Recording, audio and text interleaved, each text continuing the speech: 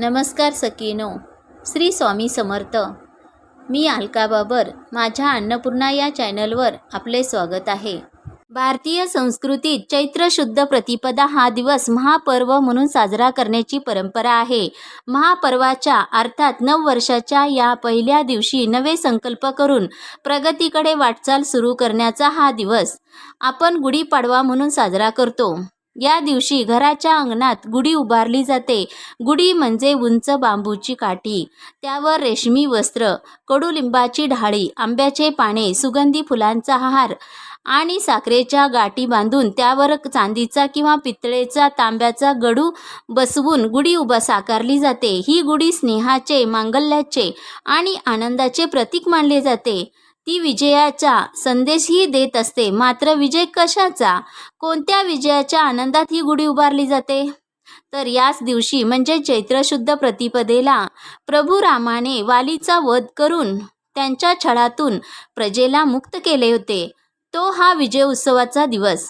घरातून वालीचा असुरी शक्तीचा रामाने दैवी शक्तीने नाश केला, याची गुढी ही सूचक आहे.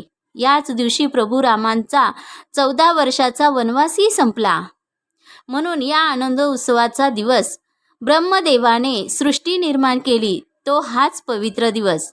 भगवान विष्णूंनी मत्स्य रूप धारण करून शंकासुराचा वध केला.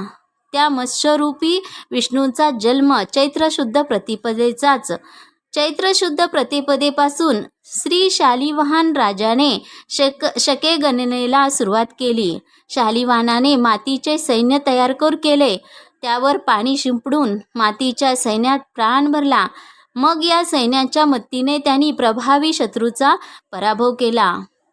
या विजय पित्यार्थ शालिवाहन शके सुरू होऊन नवीन वर्षाची सुरुवात होते. शालिवाहनाने मातीच्या पुतळ्यामध्ये चैतन्य निर्माण केले, त्यांच्यात पौरुष व पराक्रम जागृत केला आणि त्यांनी शत्रूचा पराभव झाला. आज आपणही दिनहीन बनलो असून वाईट प्रवृत्तीशी लढण्यासाठी म्हणून गुढीपाडव्याच्या या पवित्र दिवशी पराक्रमी वीर बनण्याची प्रतिज्ञा करायची. भोगावर योगाचा विजय, वैभवावर विभूतीचा विजय आणि विकारावर विचारांचा विजय मिळवण्याची प्रतिज्ञा करायची. आपण मनातील चंचल स्वार्थी वृत्ती नष्ट होऊन नवीन वर्षारंभापासून आपले मन शांत, स्थिर व सात्विक बनवण्यासाठी प्रयत्न करावेत. हाच खरा विजय आणि तेव्हाच गुढी उभारणे हे खऱ्या अर्थाने सार्थक होईल. विजया पताका उभारण्यासारखेच. माझा हा छोटासा व्हिडिओ आवडला तर लाईक, शेअर आणि सबस्क्राईब करायला विसरू नका. श्री स्वामी समर्थ.